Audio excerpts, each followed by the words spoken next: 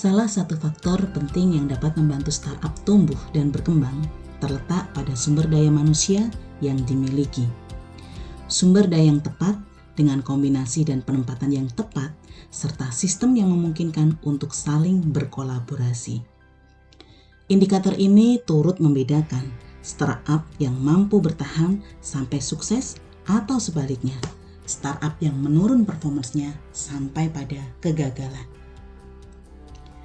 Salah satu karakteristik dasar startup untuk sukses adalah kemampuan dalam mengintegrasikan teknologi dalam penciptaan nilai sehingga mampu menangani beragam permasalahan yang kompleks.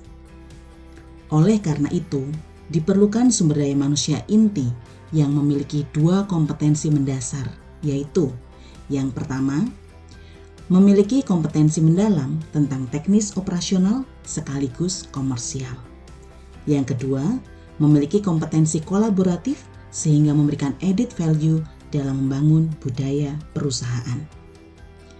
Dua hal ini sangat penting karena sebagian besar perusahaan startup yang gagal biasanya bukan terletak pada ide luar biasa di awal yang dimiliki, namun terkendala pada kompleksitas permasalahan mikro yang terjadi secara terus-menerus dan semakin menguji kegigihan, kemampuan dalam memecahkan masalah, sampai pada penetapan keputusan.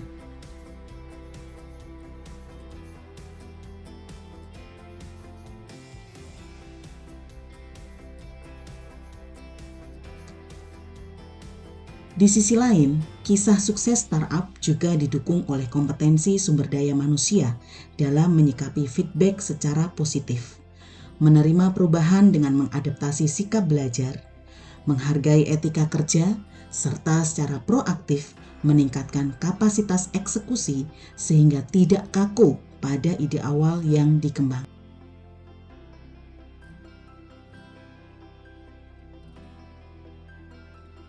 Startup yang berhasil akan mampu bertumbuh secara lebih konsisten, sehingga dapat memberikan inspirasi dari tata nilai yang diterapkan dan menghasilkan keputusan eksekusi yang berkualitas tinggi.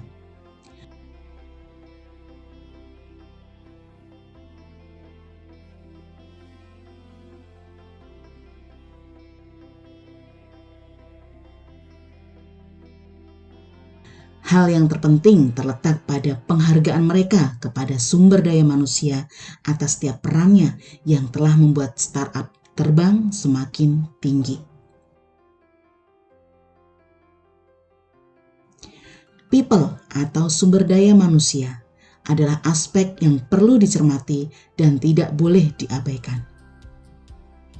Kecepatan pemahaman dan daya tanggap sumber daya manusia terhadap teknologi, kelincahan dalam berinovasi akan menghasilkan kesadaran sehingga dapat menyesuaikan kebutuhan konsumen secara lebih cerdas.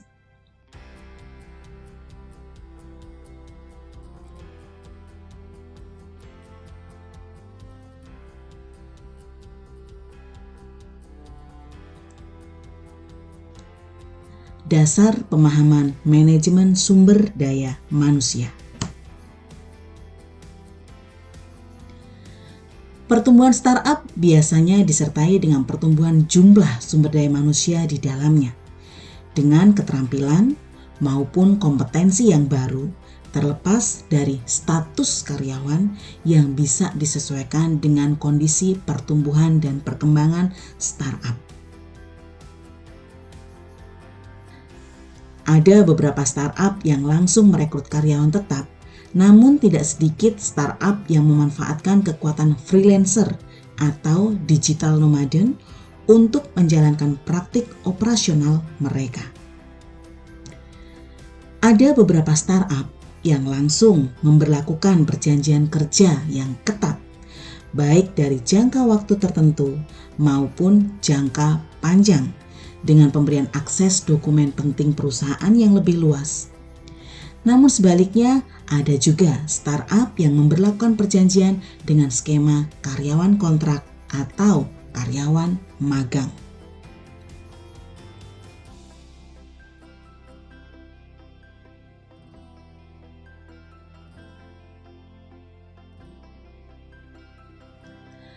Mau apapun statusnya dan seperti apapun fungsinya dari masing-masing sumber daya manusia yang direkrut ini, semuanya bermula pada pengelolaan sumber daya manusia atau lebih sering dikenal dengan manajemen sumber daya manusia.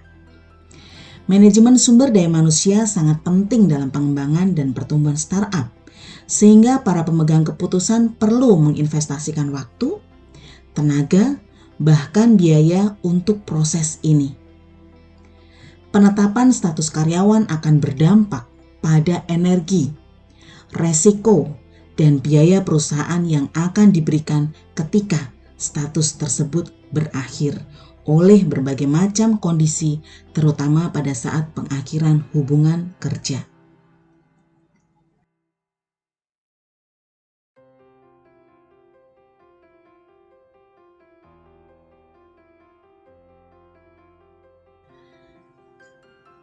Dua pertanyaan mendasar yang perlu dikaji oleh para pemegang keputusan dalam hal ini adalah: yang pertama, apakah dalam master plan pengembangan startup ada sebuah proses bisnis yang benar-benar membutuhkan sumber daya manusia yang baru, sehingga kita perlu merekrut tambahan tenaga baru di perusahaan?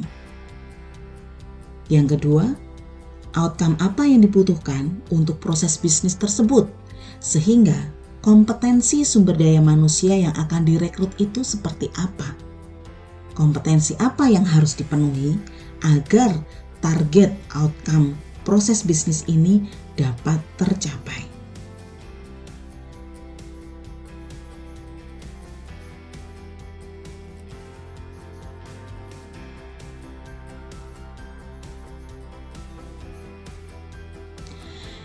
Kedua pertanyaan ini juga menjadi dasar dari pemikiran mendalam terkait sumber daya manusia yang seperti apa yang akan mampu mendukung pencapaian visi perusahaan, sehingga dapat membentuk budaya perusahaan menuju kesuksesan.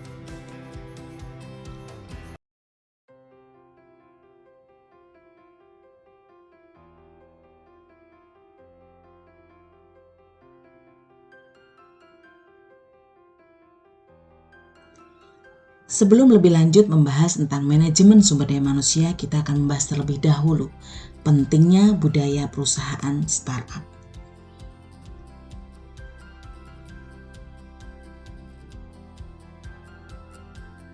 Ada kutipan terkenal Peter Drucker yang mengatakan bahwa culture eats strategy for breakfast. Ini menyeratkan bahwa budaya perusahaan yang dibangun selalu menentukan kesuksesan perusahaan terlepas dari seberapa efektif strategi yang diterapkan.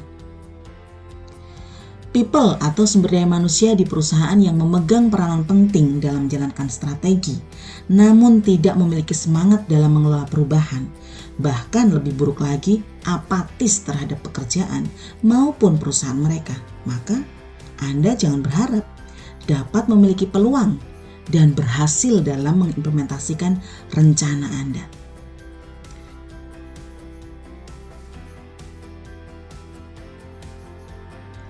Quote ini menggambarkan pentingnya kesadaran para pemimpin perusahaan, founder dan co-founder startup atas lingkungan yang dibangun, sehingga jangan sampai budaya perusahaan terbentuk dengan pembiaran tanpa adanya pengawasan.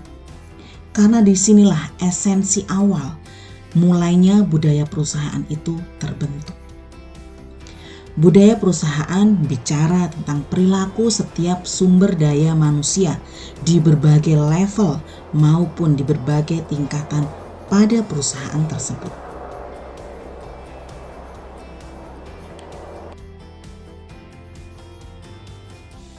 Meskipun strategi merupakan hal yang sangat esensial, namun keputusan operasional yang dilakukan oleh karyawan dari level terendah sampai pada level pimpinan yang tertinggi sangat dipengaruhi oleh budaya yang dibangun.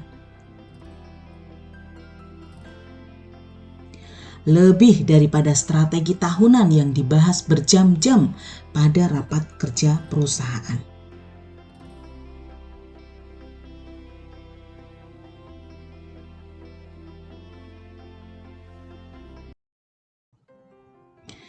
Budaya perusahaan mungkin terlihat sepele karena mengandung konsep abstrak dan strategi yang lebih terukur, sepertinya terlihat lebih wow dan penting.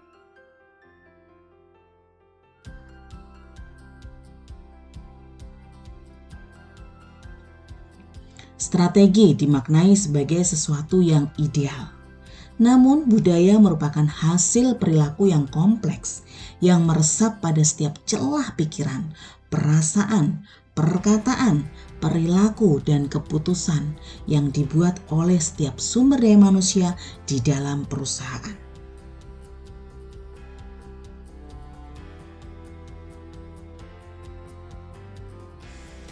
Budaya ibarat udara yang dihirup setiap hari oleh setiap orang dalam perusahaan yang Anda bangun.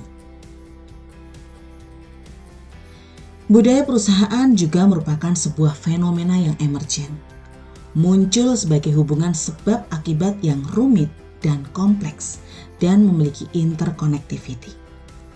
Tidak selalu bisa dilihat, namun bisa diamati. Tidak dapat disentuh, namun bisa dirasakan. Budaya dalam istilah sosiologis adalah seperangkat keyakinan, perilaku, karakteristik, dan cara berpikir yang umum untuk kelompok atau masyarakat tertentu. Budaya ada dan hidup dari kenangan, cerita, simbol, dan kebiasaan yang dibangun.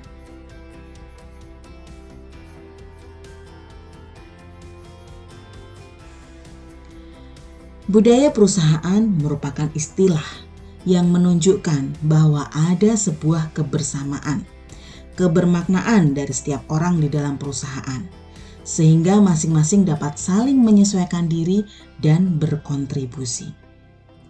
Di sana ada norma perilaku yang dapat diterima dan tidak dapat diterima. Dengan pemahaman ini, maka founder maupun co-founder startup dapat menemukan jawaban atas pertanyaan. Apakah budaya perusahaan yang Anda bangun? Apakah budaya perusahaan akan Anda biarkan sehingga terbentuk secara kebetulan dan acak? Faktor apa yang akan dijadikan dasar dalam membangun budaya perusahaan? Siapa yang harus lebih aktif? Apa upaya yang perlu dilakukan oleh Anda maupun people atau sumber daya manusia lainnya sehingga dapat memberikan kontribusi perilaku yang mendukung kesuksesan perusahaan? Pertanyaan-pertanyaan ini adalah dasar pemikiran untuk memahami bagaimana pentingnya membentuk suatu budaya perusahaan.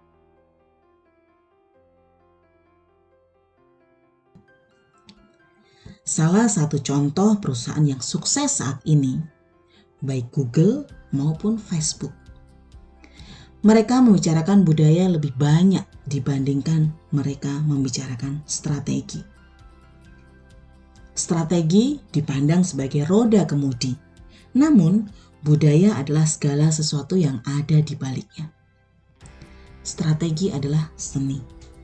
Budaya berbicara tentang manusia yang paling berpengaruh, namun sekaligus variabel yang paling mudah dan sangat mungkin untuk berubah. Budaya pasti akan berbicara tentang manusia dan segala kompleksitasnya. Jika mereka bekerja dengan penerimaan satu sama lain, maka mereka akan menjadi tim yang luar biasa. Sebaliknya, jika mereka bekerja saling diam, saling membenci, maka dipastikan mereka akan sulit bekerja sama. Jika mereka percaya satu sama lain, mereka akan berani mengambil resiko untuk berbagi ide yang inovatif.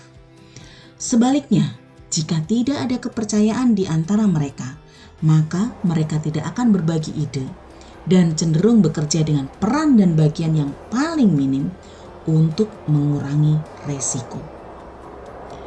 Jika mereka bekerja dengan rasa aman, inovasi akan selalu ada. Sebaliknya, jika mereka bekerja dengan rasa takut, khawatir akan direndahkan dan disalahgunakan, maka jangan berharap mereka akan mencoba berinovasi. Jika mereka dihargai, maka mereka akan memberikan penghargaan kepada rekan sejawat maupun customer perusahaan. Sebaliknya, jika tidak ada penghargaan, maka mereka juga akan meremehkan dan pasti akan mencerminkan perilaku yang kemungkinan sama terhadap kolega maupun customer.